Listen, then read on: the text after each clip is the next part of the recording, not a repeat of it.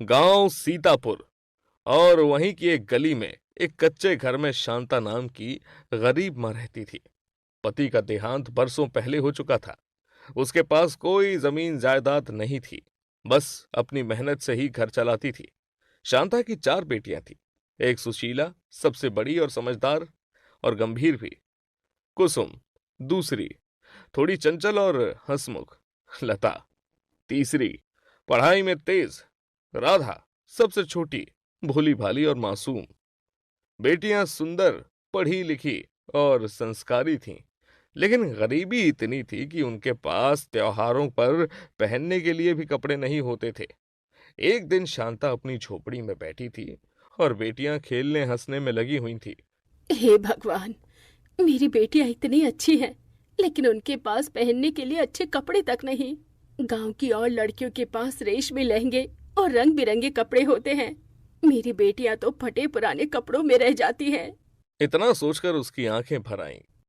अम्मा, आप रो क्यों रही हैं? नहीं बेटी, बस ऐसे ही। अरे अम्मा, हम तो आपके आंचल में ही राजकुमारी हैं। हमें क्या नए कपड़े चाहिए? लेकिन अम्मा, गांव में अगले महीने बड़ा मेले का उत्सव है। सब लोग नए कपड़े पहनेंगे। क्या हम भी नए कपड़े पहनेंगे अम्मा? शांता कुछ कह न सकी, बस चारों बेटियों को सीने से लगाकर रो पड़ी। गांव में हर साल होने वाले रामलीला मेले की तैयारियां शुरू हो गईं। इस बार मेले में नाच गाना, झूले और कपड़ों का बड़ा बाजार लगने वाला था। हर घर में उत्साह था। मैं तो अपनी बेटी के लिए बनारसी लहंगा लेने वाली हूँ। मेरी बेटी के लिए मैं रेशमी चुनरी लूंगी। ये बातें सुनकर शांता के दिल में चुभन होने लगी। शांता ने ठान लिया कि चाहे कुछ भी हो, इस बार वो अपनी चारों बेटियों के लिए ड्रेस लेगी। उसने गांव में काम ढूंढना शुरू किया। कोई खेत में काम देता, कोई अनाज पीसने का। वो सुबह से शाम तक पसीना बहाती और थोड़े बहुत पैसे जोड़ती। हे भगवान, कुछ दिन और मेहनत कर लूं तो बेटियों के लिए 4 जोड़ी कपड़े जुटा लूंगी। बेटियां भी माँ की हालत समझती थीं। अम्मा, आप इतना क्यों थकती हो? हमें कपड़े नहीं चाहिए। नहीं बेटी, हर माँ का सपना होता है कि उसकी बेटियां दुल्हन सी लगें। एक दिन पड़ोस की अमीर औरत गौरी ने ताना मारा। अरे शांता, तेरी बेटियां तो मेले में पुराने कपड़े ही पहनेंगी ना। कहीं हमारी लड़कियों के सामने शर्मिंदा ना हो जाना। शांता ने चुपचाप सह लिया, लेकिन मन में आग लग गई। नहीं, मैं अपनी बेटियों को इस बार बिना ड्रेस के नहीं छोड़ूंगी, चाहे अपनी जान तोड़नी पड़े। रात को घर में चारों बेटियां आपस में बातें कर रही थी। दीदी, अम्मा हमारे लिए कितनी मेहनत कर रही है। हाँ, लेकिन हमें उन्हें और तकलीफ नहीं देनी चाहिए। अगर हम सब थोड़ी थोड़ी मेहनत करें तो अम्मा का बोझ हल्का होगा। मैं भी अम्मा की मदद करूंगी। मैं बकरियों के लिए पत्ते तोड़ लाऊंगी। सब हंस पड़ी और राधा को प्यार करने लगी। अब शांता दिन रात मेहनत कर रही थी और बेटियां भी उसकी मदद करने लगी थी। दिन बीतते गए और मेला पास आने लगा। गांव में हर घर में खुशियां थीं। बच्चियां नए कपड़े सिलवा रही थीं। औरतें आभूषण साफ कर रही थीं। मर्द झूले और दुकानों की तैयारी में लगे थे। लेकिन शांता के घर में चिंता का माहौल था। एक शाम शांता खेत से लौट रही थी। उसके हाथ छिल चुके थे, चेहरे पर पसीने की बूंदें और आंखों में थकान थी। अम्मा बैठ जाइए, आप बहुत थक गई हैं। थकान तो है बेटी, लेकिन जब तुम्हें नए कपड़ों में देखूंगी तो ये थकान भी मिठास बन जाएगी। अम्मा, हमें नए कपड़े नहीं चाहिए, हमें आपकी सेहत चाहिए। नहीं बेटिया, हर माँ का सपना होता है कि उसकी बेटियां सजी धजी लगे। रात को शांता ने अपनी पोटली खोली। उसमें मुश्किल से 100-125 रुपए थे। हे भगवान, 4 ड्रेस के लिए तो कम से कम 400 रुपए चाहिए। मैं क्या करूं? तभी चारों बेटियां कमरे में आ गईं। अम्मा, आप चिंता मत करो, हम सब मिलकर काम करेंगे। हाँ माँ, मैं गांव की औरतों के घर जाकर झाड़ू पोछा कर दूंगी। मुझे भी पैसे मिल जाएंगे। शांता ने राधा को गले से लगा लिया। मेरी बेटियां कितनी समझदार हैं। भगवान तुम्हारा भला करे। अगले दिन से ही बेटियां भी काम पर लग गईं। सुशीला ने पड़ोस के बच्चों को पढ़ाना शुरू किया। कुसुम ने गांव की औरतों के लिए फूल माला बनाकर बेचना शुरू किया। लता ने खेत में जाकर मजदूरी की। राधा ने सच में झाड़ू पोंछा करके थोड़े पैसे जुटाए। शाम को सब पैसे लेकर अम्मा के पास बैठती। अम्मा देखिए, मैंने आज 50 रुपए कमाए और मैंने 30 रुपए माला बेचकर कमाए। अम्मा मुझे भी 20 रुपए मिले हैं। शांता ने सबको सीने से लगाकर आंसू पूछे। तुम सबने मेरी दुनिया रोशन कर दी बेटियों। अरे शांता, अभी भी पैसे जोड़ रही हो? इतने पैसों में क्या तेरा 4 ड्रेस का सपना पूरा होगा? छोड़ दे ये सब। तेरी बेटियां तो वैसे ही गरीब कहलाएंगी। चाची, हमारी अम्मा मेहनत कर रही है। हम सब गरीब हैं पर इज्जतदार हैं। हाँ, देख लेंगे मेले में किसकी बेटियां चमकती हैं और किसकी फटे कपड़ों में। शांता ने बेटियों को शांत किया। बेटियों, झगड़ा करने से कुछ नहीं होगा। मेहनत और ईमानदारी ही असली जवाब है। अब मेला आने में सिर्फ 3 दिन बचे थे। शांता और बेटियों ने मिलकर कुछ 250 रुपए जोड़ लिए। अभी भी 150 रुपए कम है। हे भगवान, अब क्या करूं? रात को शांता ने भगवान से प्रार्थना की। हे प्रभु, मेरी बेटियों का सपना मत तोड़ना। मैं तो बस एक माँ हूँ, मेरी झोली खाली है। अगले दिन अचानक गांव में एक बड़ी शादी थी। वहां काम करने वालों की जरूरत थी। शांता और उसकी बेटियों ने शादी में काम किया, बर्तन धोए, पत्तल सजाए और मेहमानों की सेवा की। शादी खत्म होने के बाद मालिक ने उन्हें अच्छे पैसे दिए। शांता की आंखों में आंसू आ गए। भगवान ने मेरी पुकार सुन ली बेटियों। अब तुम्हारे लिए ड्रेस जरूर बनेगी। अब शांता के पास बेटियों की ड्रेस के लिए पूरे पैसे थे। अंततः वो दिन आ गया जिसका इंतजार शांता और उसकी चारों बेटियां महीनों से कर रही थी। गांव में रामलीला मेले का शुभारंभ था। चारों तरफ सजावट, रंग बिरंगी रोशनियां, ढोल नगाड़े और दुकानों की कतारें थी। हर कोई नए कपड़ों में सजा धजा घूम रहा था। शांता अपनी बेटियों को लेकर बाजार पहुंची। उसकी आंखों में चमक थी कि आज वो उनके लिए ड्रेस खरीदेगी। अम्मा, देखो देखो, वहाँ कितने सुंदर लहंगे टंगे हैं। अम्मा, मुझे वो गुलाबी वाला चाहिए। अम्मा, लेकिन ध्यान रखना, पैसे बहुत संभल कर खर्च करने होंगे। हाँ अम्मा, सबसे पहले हमें देखना चाहिए कौन सा कपड़ा टिकाऊ और अच्छा है। शांता ने मुस्कुराकर अपनी बेटियों को देखा। तुम सब मेरी आंखों की रोशनी हो। आज तुम सब ड्रेस पहनोगी और पूरा गांव देखेगा कि गरीब माँ की बेटियां भी किसी से कम नहीं। शांता ने 4 अलग अलग रंगों की ड्रेस खरीदी। सुशीला के लिए नीला रेशमी सूट, कुसुम के लिए हरा गुलाबी लहंगा, लता के लिए पीला अनारकली और राधा के लिए हल्का गुलाबी फ्रॉक। चारों ड्रेस देखकर बेटियों की आंखें चमक उठी। अम्मा, मैं तो परी जैसी लगूंगी इसमें और मैं मेले की सबसे सुंदर लड़की बनूंगी। अम्मा, आपने हमारे लिए जितना किया है हम जिंदगी भर नहीं भूलेंगे। बेटियों, माँ का सुख तभी पूरा होता है जब उसकी बेटियां हंसती हैं। आज मेरा सपना पूरा हुआ। तभी पड़ोस की एक अमीर औरत गौरी और उसकी सहेलियां आ गईं। अरे वाह, गरीब शांता की बेटियां भी नए कपड़े पहन रही हैं। ये सब कैसे हुआ? शायद किसी ने दान कर दिया होगा। चारों बेटियां ये सुनकर चुप हो गईं, लेकिन शांता ने हिम्मत नहीं हारी। नहीं, ये कपड़े दान के नहीं हैं। मेरी बेटियों और मैंने अपनी मेहनत की कमाई से खरीदे हैं। हर रुपए में हमारे पसीने की खुशबू है। गांव वाले कहने लगे। सच में शांता ने साबित कर दिया कि मेहनत करने वाला कभी हारता नहीं। गरीबी कोई कमी नहीं, असली दौलत तो ईमानदारी है। शाम को जब बेटियां नई ड्रेस पहनकर मेले में पहुंची तो सबकी नजरें उन पर टिक गईं। वाह, कितनी सुंदर लग रही है। सच में अमीरों की बेटियां भी इनके सामने फीकी लग रही हैं। चारों बेटियां खुशी से झूम उठी। उन्होंने झूले झूले, मिठाई खाई और रामलीला देखी। अम्मा, आज तो मुझे लग रहा है मैं सच में राजकुमारी हूँ।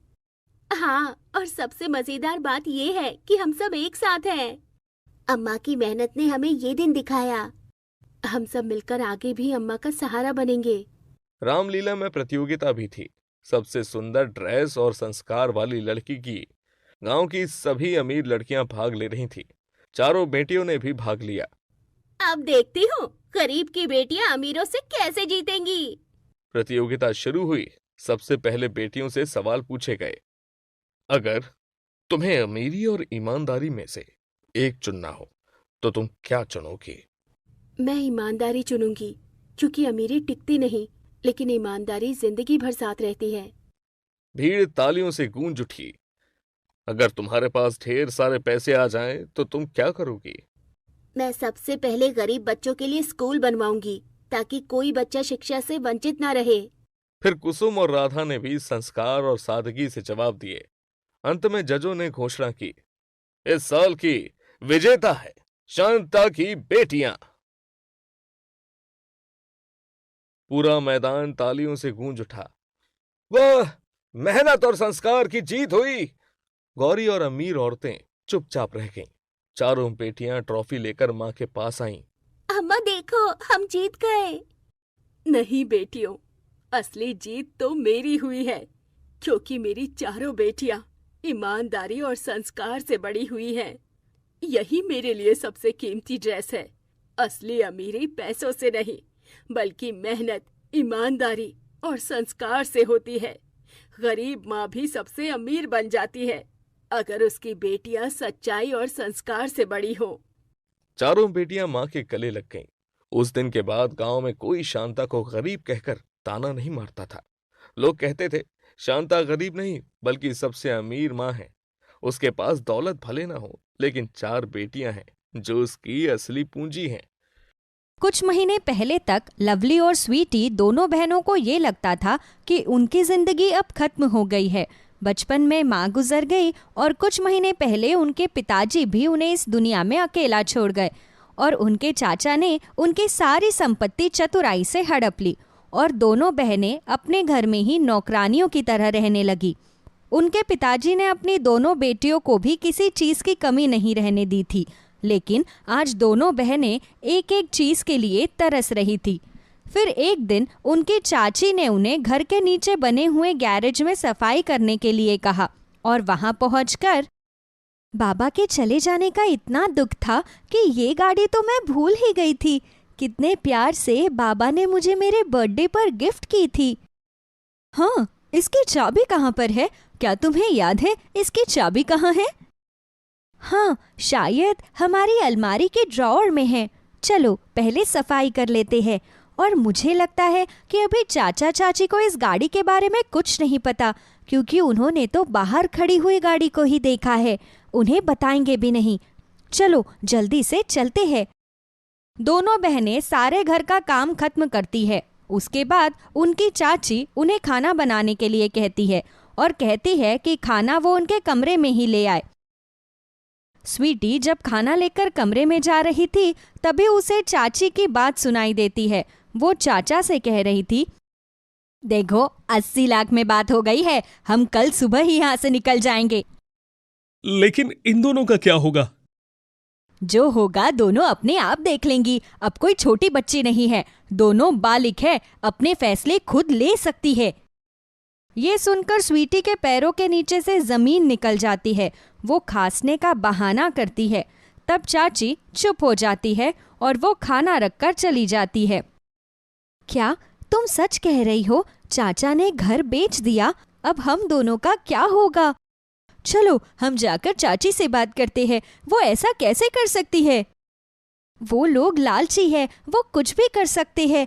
देखो तो उन्होंने हमें भनक तक लगने नहीं दी। अब हम दोनों क्या करेंगी? दोनों बहनें परेशान हो गई। कभी वो रो रही थी तो कभी दूसरे को संभाल रही थी। पूरी रात ऐसे ही निकल गई। जैसे ही सूरज निकला, अचानक से लवली को एक ख्याल आया। चाचा चाची आज इस घर से चले जाएंगे, क्यों ना हम लोग उनसे पहले ही यहाँ से निकल जाए। घर तो वो बेच ही चुके हैं, हम कुछ भी करें लेकिन घर हमें वापस नहीं मिल सकता। तुम कहीं से वो चाबी ढूंढो, वो चाबी गाड़ी की। वो जल्दी जल्दी अपनी सारी अलमारी खंगाल देती है, हर जगह चेक करती है। फिर वो देखती है कि उनके शीशे के सामने बनी हुई ड्रॉ में उन्हें वो चाबी मिल जाती है। सुनो, हमारी गुल्लक में जितने भी पैसे हैं वो सब निकाल लो, अपने सारे सर्टिफिकेट ले लो और जितने भी कपड़े हमारी जरूरत के हैं वो भी जल्दी से बैग में भर लेते हैं। तुम्हारे दिमाग में क्या चल रहा है, मुझे बताओ तो सही। मेरी बहन, सब कुछ खत्म होने से पहले हम संभल जाए, यही अच्छा है। तुम्हें याद है सचिन के बारे में? उसके पापा की रेडियो टैक्सी चलती है। हम अपनी नई गाड़ी को ले जाते हैं और आज से हम रेडियो टैक्सी चलाएंगे ताकि हम सब कुछ बर्बाद होने से पहले ही सब कुछ सही कर सके। स्वीटी लवली के गले लग जाती है। फिर वो दबे पाँव घर से बाहर आती है और गाड़ी लेकर वहां से चली जाती है और सीधा सचिन के घर के बाहर जाकर गाड़ी रोकती है। अरे बहुत दिनों बाद तुम दोनों को देखा। वाह क्या गाड़ी है। क्या कहीं घूमने जा रही हो? नहीं, हम तुमसे ही मिलने आए थे। तुम्हारे पापा से कुछ काम था। इतनी सुबह सुबह? आओ, पापा तैयार हो रहे हैं। सचिन दोनों बहनों को घर के अंदर ले आता है। फिर वो दोनों बहनें सचिन के पापा को सारी सिचुएशन बताती है। तुमने बड़ी ही ईमानदारी दिखाई है। जो कुछ भी तुम्हारे रिश्तेदारों ने तुम्हारे साथ किया वो सचमुच में बड़ा ही बुरा और शर्मनाक है। देखो बेटा, कोई काम इतनी जल्दी में नहीं होता। मैं तुम्हारी मदद कर सकता हूं। सारे कामों में कम से कम 1 महीना लग जाएगा। तुम्हारे पास ड्राइविंग लाइसेंस तो है ना? हाँ, हमारे पास में ड्राइविंग लाइसेंस है, बाबा ने ही बनवाया था। फिर सचिन के पापा उन दोनों बहनों की मदद करते हैं और उनकी गाड़ी एक कंपनी में अटैच करवा देते हैं। देखो बेटा, जो भी काम था वो सब मैंने तुम्हें करवा दिया। आज से तुम दोनों बहनें रेडियो टैक्सी चला सकती हो। थोड़ी मेहनत का काम है, लेकिन मुझे पता है कि तुम दोनों कर लोगी। और फिर तुम्हारे ये अंकल हैं, जब भी कोई बात पूछनी हो तो बेझिझक मुझसे पूछ लेना। Thank you so much uncle, आपने हमारी इतनी मदद की। वो इतने समय से सचिन के घर पर ही रह रही थी। आज दोनों बहनें रेडियो टैक्सी चलाने के लिए निकलती है। बारी बारी से उन दोनों ने अपना टाइम रख लिया और फिर कुछ दिन बाद उनके पास इतने पैसे हो गए कि उन्होंने अपने लिए एक किराए का घर ले लिया। लेकिन रेडियो टैक्सी चलाने के चक्कर में अब दोनों बहनों की बातें इतनी नहीं हो पाती थी। एक बहन थक कर आती तो सो जाती और दूसरी बहन गाड़ी चलाने चली जाती। जब वो आती तो वो भी थक कर सो जाती। फिर उन्होंने एक दिन छुट्टी करने की सोची और फिर उस दिन दोनों बहनों ने अपने लिए बढ़िया सा खाना बनाया और फिर दोनों बहनें बैठकर बातें करने लगी। तुम्हें पता है, जब मैं रेडियो टैक्सी लेकर निकलती हूँ तो कुछ लोग इतनी हैरानी से देखते हैं जैसे लड़कियां रेडियो टैक्सी चला ही नहीं सकती।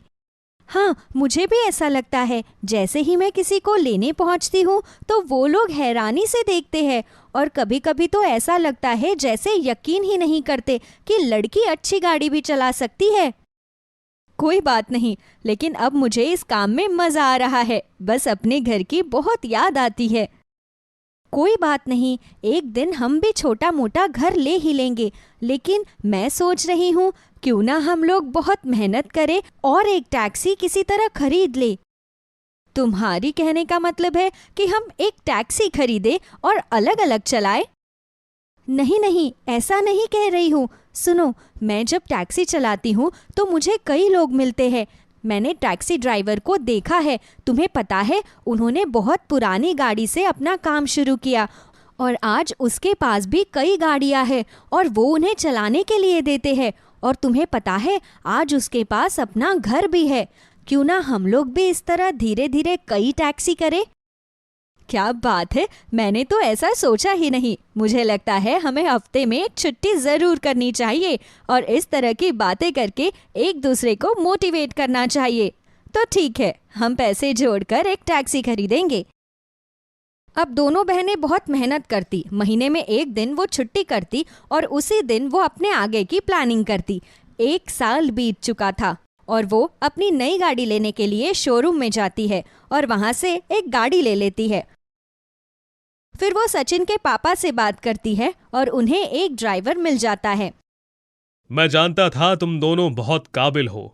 मुझे बहुत खुशी हो रही है। लड़कियां अगर इतनी तरक्की करें और इतना अच्छा सोचें तो वो क्या नहीं कर सकती।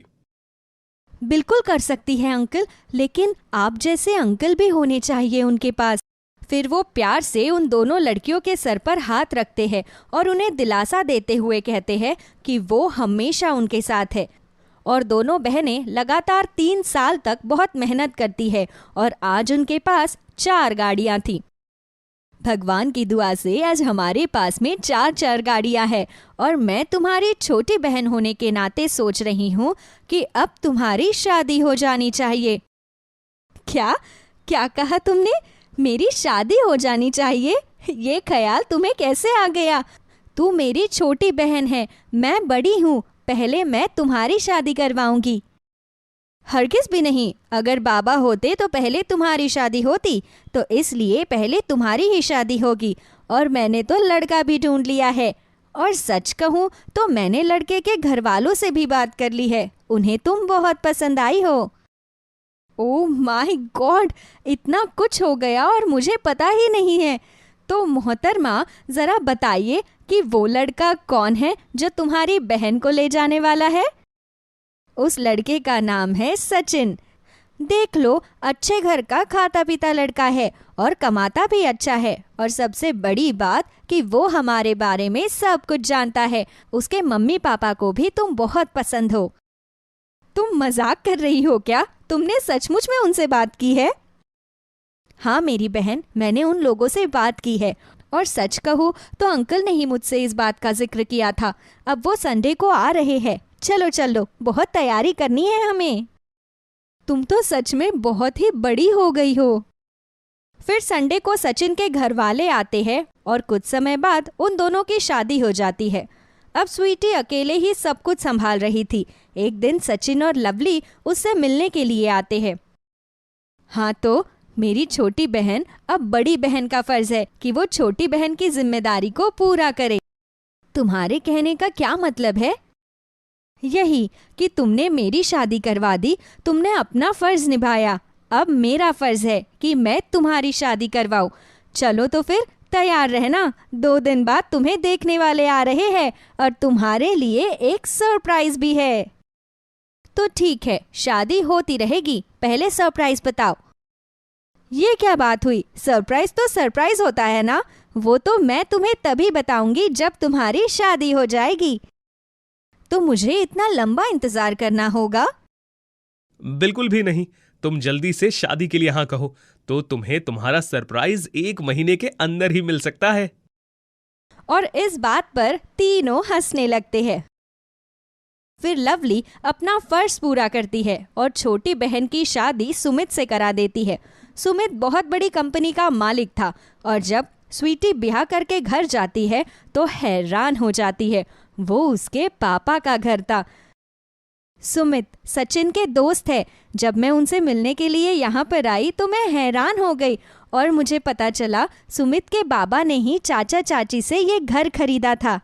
फिर मैंने इन लोगों को सारी बात बता दी, और बातों बातों में उन्हें तुम पसंद आ गई, और बस देखो आज तुम अपने घर पर हो। स्वीटी लवली के गले लग जाती है, और शादी के बाद भी दोनों बहनें अपने काम को मिलकर चलाती है। दोनों बहनों के पास में आज काफी सारी टैक्सीज थी।